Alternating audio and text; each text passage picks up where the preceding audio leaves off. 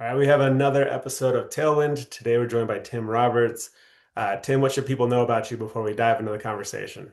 Yeah, thanks. And first of all, Austin, thanks very much for inviting me in. I think this is a conversation that sales folks can't dwell on enough. You Hmm. master this part of your process, things are going to go a lot more smoothly. Yeah. Been at it for 28 years now. And I've often said to folks 11 hours a day, 5 days a week for 28 years. I can tell you who's naughty and nice pretty quick. Yeah. Um, Not to get too distracted, but I'm actually going through some data right now to start getting some proof points on some people who are being naughty. So that was a very timely thing for me, and I'm trying to make it a lot easier to use the data to be like, all right, you're on the naughty list. Let's get you to the nice list. But Yeah, yeah. let's that's not neither here nor there. Before we hit record, you were talking about the pain points and the hooks with those. I'd love to dive further in that conversation. Yeah. I think again, I believe that part of my role when I'm prospecting is to be a right brain accessor. Hmm. I am paid to access the right side of their brain, not the left side data. Too many people talk in technical terms and left brain orientation. I want to access the other side of the brain. And so how do I do that? Hmm. And so, for example, in our pain hooks. The idea of a prospecting call is often to suggest pain. Prospects, if you just called and said, "Oh, I'm a sales trainer, you need any help?" That's a heck no. They're all terrified of the phrase sales training because they're afraid it means role play, and Yeah. adults don't like to do role play at all. So, how might you hook somebody in a conversation? So, my approach has always been to say, I don't know, Austin, maybe it would make sense if I told you why some other people chose me. Hmm. Now, that's a form of influence. I think of Dr. Robert Cialdini, The Psychology of Influence, and he will, often suggest that very move.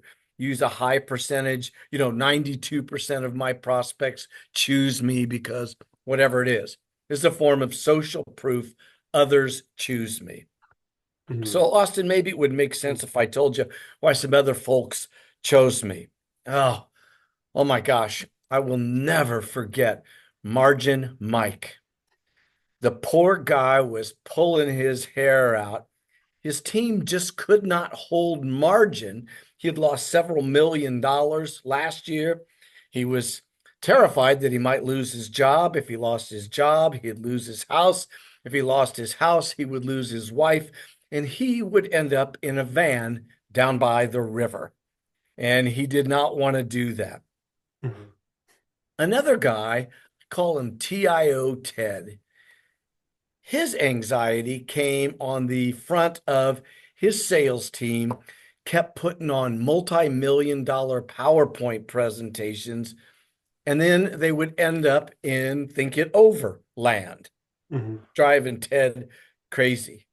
And then finally, the last guy that chose me, just recently, as a matter of fact, I called him Hiring Harry.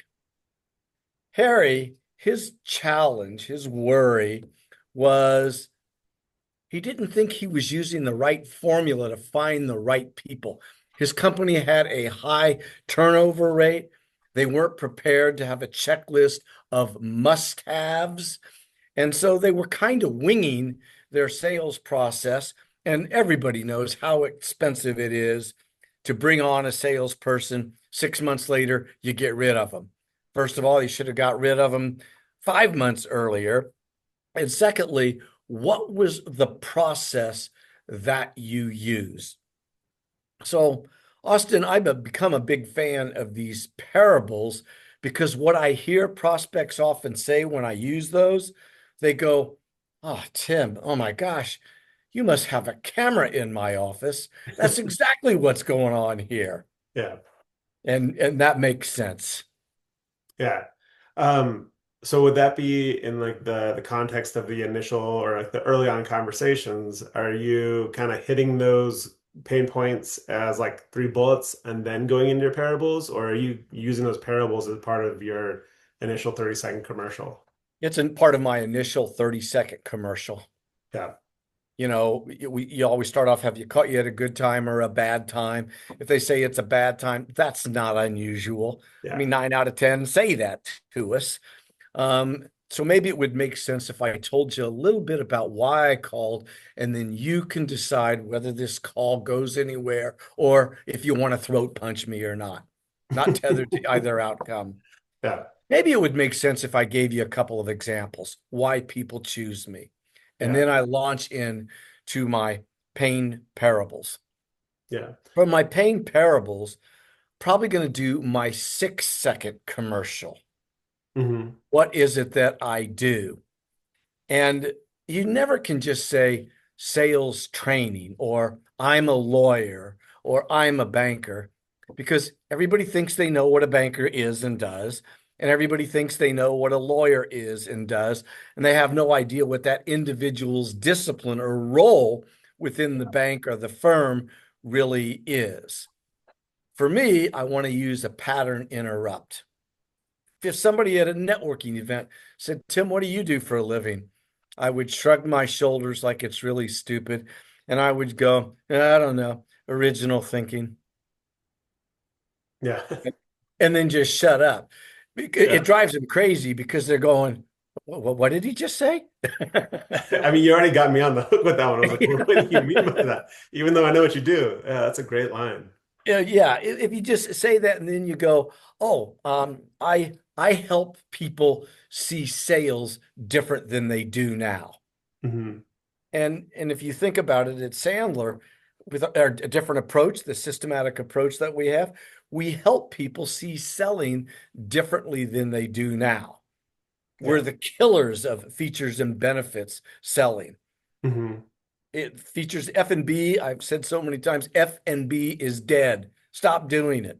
Because what is rule number one on the planet? No one, no one likes to be sold. Yeah. If you told me today you were going up to the department store to buy a new sweater or something, I know what would happen. You would go up to the mall, you would go into that store, and the clerk sees you. And the Hmm. clerk comes hustling over pretty quick to say, can I help you? I'm telling you, your energy field can feel their energy field Yeah. coming at you. And that's why most people very subtly go, oh, just looking. Hmm. And so, even in that world, how do you do it different? Your goal should be to prevent the just looking. Yeah. So, so people who are stuck in the features and benefits and are open to the possibility of, doing the emotional side, accessing the right brain. Obviously if they're not open to it, you can't force them to do it. But people who are like, you know what, I agree. We're stuck in feature and benefit land. I want to get us over to this, to selling on the pain and then being more emotional on the sales process. What are some ways that people can start that transition? Obviously get a Sandler trainer. They're going to be able to really guide you through it and do a great job. But if somebody's trying to kick the tires on how to start the process.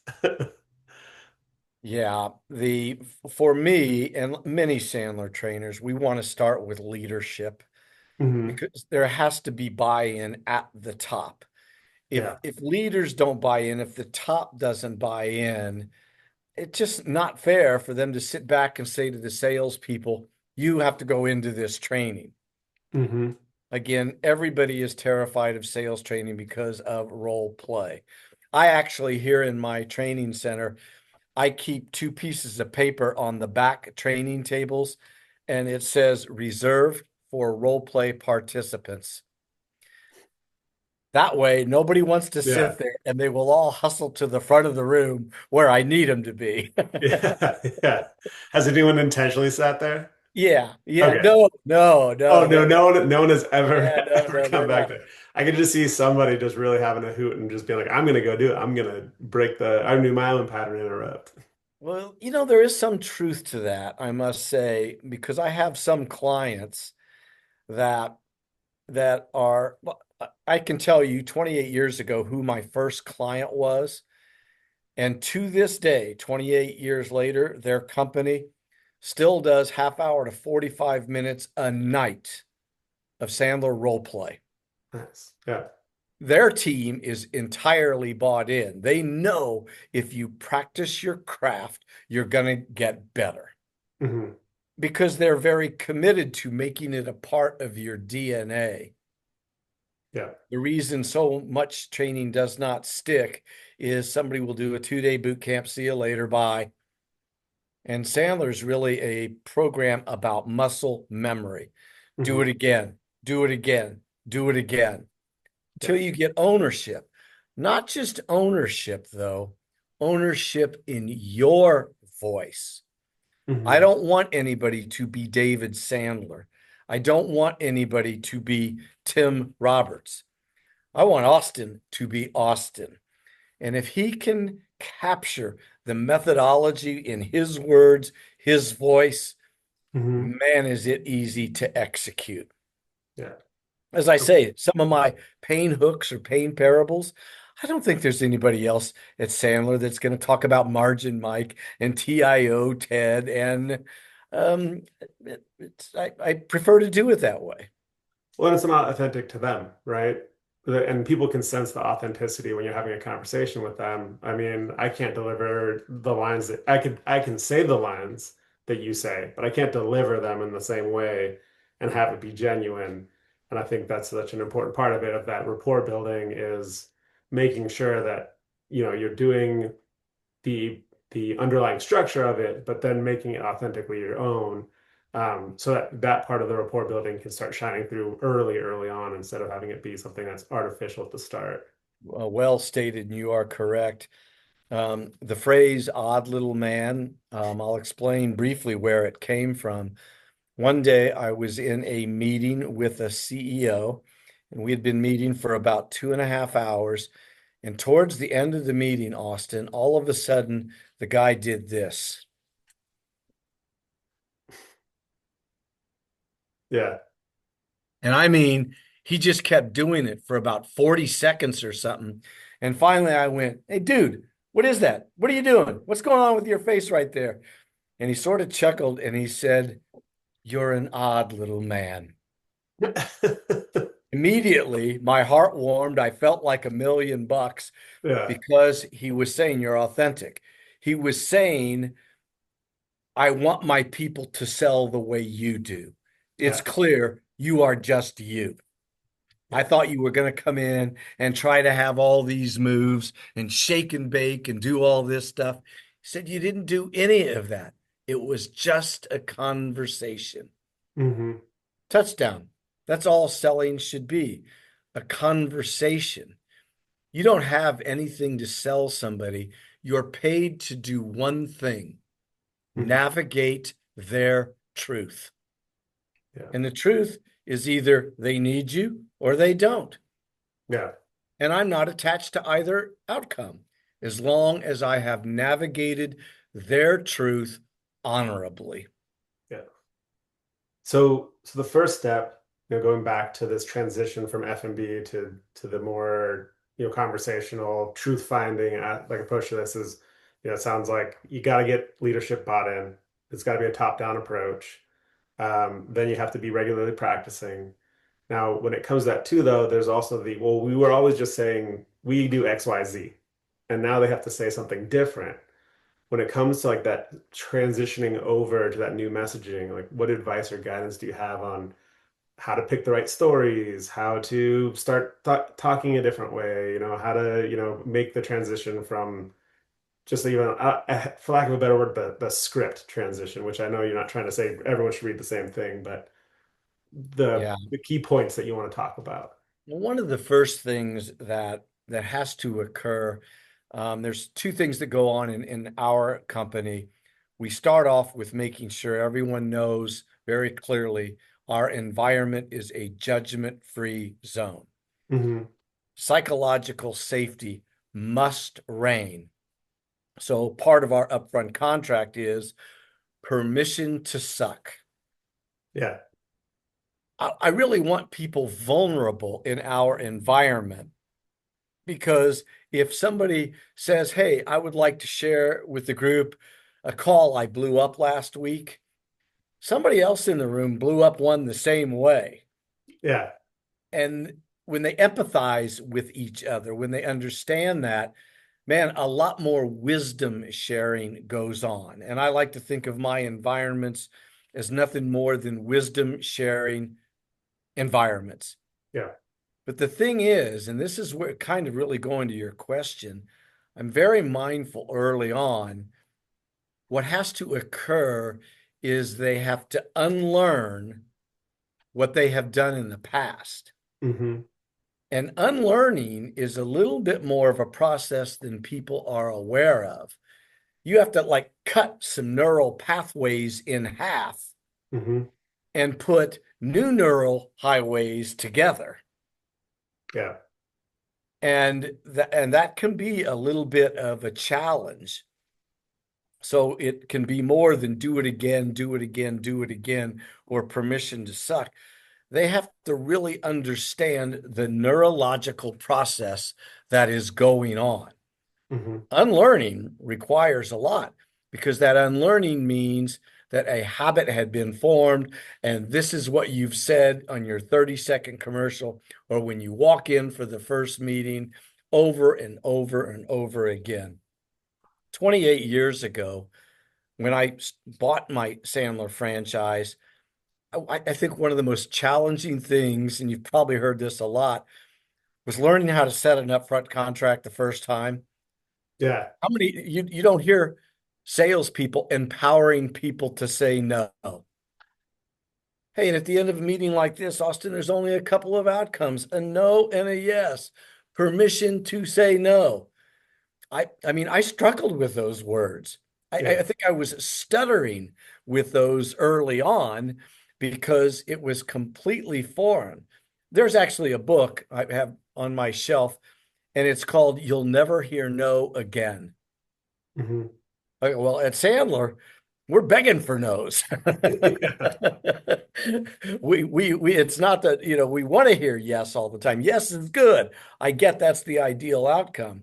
But no, it doesn't have to be. That might not be their truth. Yeah. So with that, I mean, you got to talk about something to truly unlearn as a salesperson is like to be totally fine with no, or even to do the even next step, which is I don't even think this is a good fit for you. And like throwing the no into their court and being like, I'm gonna give you the layup on this no, which seems a little bit counterintuitive, but for some people it is. It's like, okay, we're gonna save each other time. I want that layup. I want to get that no. Another person going, well, hold on. I am committed to this. And then let's figure out why it seems like I'm not committed to this idea. And it's such like a counterintuitive thing, but once you start practicing it, super helpful. I mean, I'll getting, give you a quick example. yeah. Early on here, my wife, Katie, works with me. She's well known within the Sandler community as Boss Katie.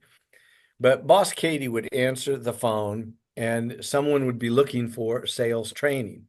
Hmm. And it was only a couple months. She wanted to become a product of the product as well. Yeah. And so one time I listened on the phone over there to what she is saying. And all of a sudden I hear Katie saying, "Oh, well, sales training doesn't work, don't you?" Yeah. And then you could tell the person was going, "Yeah, but no, I've heard about Tim. I've heard about Sandler. I'd like to." And she would go, "Oh, yeah, but it's not for everybody." Yeah. And then they would really start selling themselves. And it was like, Katie, let's go get a beer tonight. You're a genius. Yeah. I love it when it works out like that. That's so Yeah, cool. it really did. But I was caught off guard at first because she was really pushing always get business. And then she's the one over there trying to talk them out of it, Yeah. doing the exact opposite of what they expect. And you know that Sandler is a contrarian methodology. Hmm. We're really paid to do everything exactly opposite of traditional salespeople. Yeah. And I So, have I'm sorry. I haven't really enjoyed that role or that process. Again, not easy. Oh, but so worth it. Yeah. So for this transition for a team, leadership bought in, practicing regularly. safe zone where you're allowed to suck a bunch. I mean, sucking is the first step to being good at something. You can't skip it. Like you're never going to. So you Yeah, just have to have, nice. you Yeah. have, well, it's not mine. It's not original. I can't remember where I heard it, but I was just stuck with me ever since because I'm a very competitive person. I'm like, I have to remind myself, you just started. Uh, those three elements. What else, is there anything else that people should be considering while they're making this transition from, FMB to, actually talking about pain and navigating the truth? Well, the way I can frame it, and permission to cut me off, is one of the things I do before somebody comes in, I have a no hostage policy. Hmm. I will not let hostages into my environment. 20 some years ago, I picked up a bank as a client, and the bank wanted to put 50 people in. And I Hmm. remember looking at the CEO and I said, Jim, of those 50 people, close your eyes. Who doesn't want to go through sales training? And Yeah. Jim said, well, I don't have to close my eyes. I know who they are. And then I said, well, then why would you do it? I'm expensive and I'm paid to be a good steward of your money. Yeah. So here's what I'm going to do. I'll take five, the very best five, but I'm going to decide what best five means, not you. And I Hmm. remember he looked at me and said, I'm starting to like you a whole lot better already. Yeah. But then I do an interview. I have a very unique interview process. Not that I'm counting, but as of yesterday, I've done it 3,234 times. It's like a one-on-one 2 hour interview where I take you back in time to age 6. Hmm. If I could figure out who Austin was at age 6, I can tell you a lot about how you're going to sell, serve, manage, or lead to this day. Hmm. Nobody learns the same way. And so I just can't bring a group of people in and treat them all the same way. So I want to get to know them first. And one of the first things I say when they walk in and sit down, I go, oh my gosh, Austin, your boss told you sales training. I can only imagine when you were driving over here today, you rolled your eyes into your head and you were puking down your throat. What are you walking in with? Hmm. And I have found it very interesting.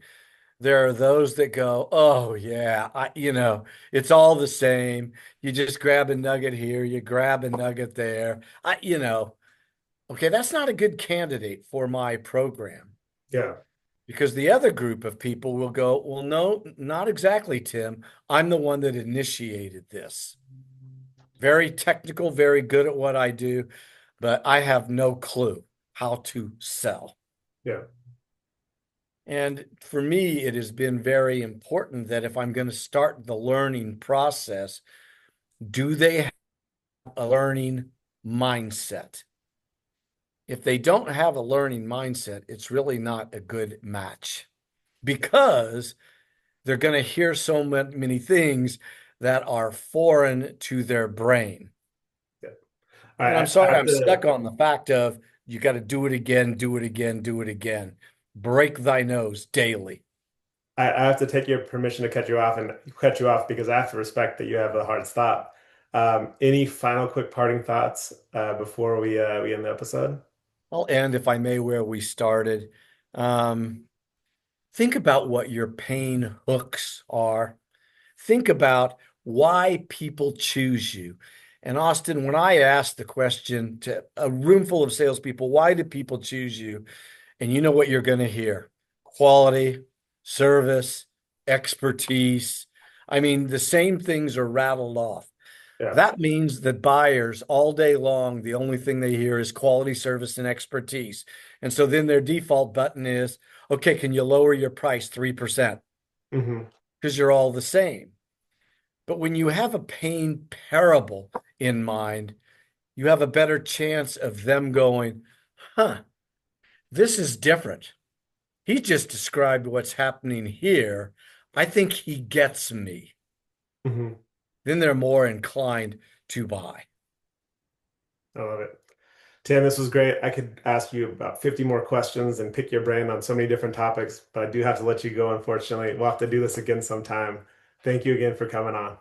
I'd be grateful. And thank you for the good work you're doing for the profession of selling. Thank you very much. Very grateful.